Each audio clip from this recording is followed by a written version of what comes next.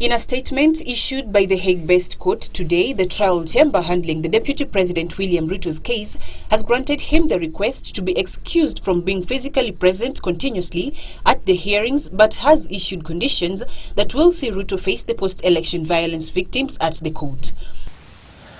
The judges have decided by a majority to grant the request conditionally. That means that the chamber has excused Mr. Ruto from being physically present at all times during the entire trial. The Deputy President will be required by the International Criminal Court to be present in person for the entire opening and closing statements and when victims present their views and concerns during the trial. But he is still required to be present at the entirety of the opening statements of all parties and participants, the entirety of the closing statements of all parties and participants, when victims present their views and concerns in person. Ruto, who has been Kenya's Deputy President for just over 3 months, is also required to be present during the delivery of judgment in the case, among other specific situations.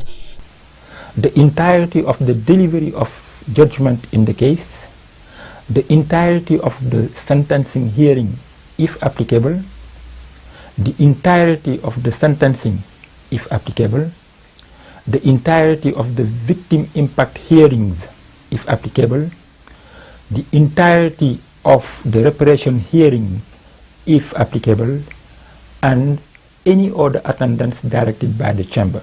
This move by the ICC will be a partial reprieve for the Deputy President, as he may get time to attend to his national duties as he had requested, but the court cautioned that the trial chamber retains judicial control over the accused during the entirety of the proceedings.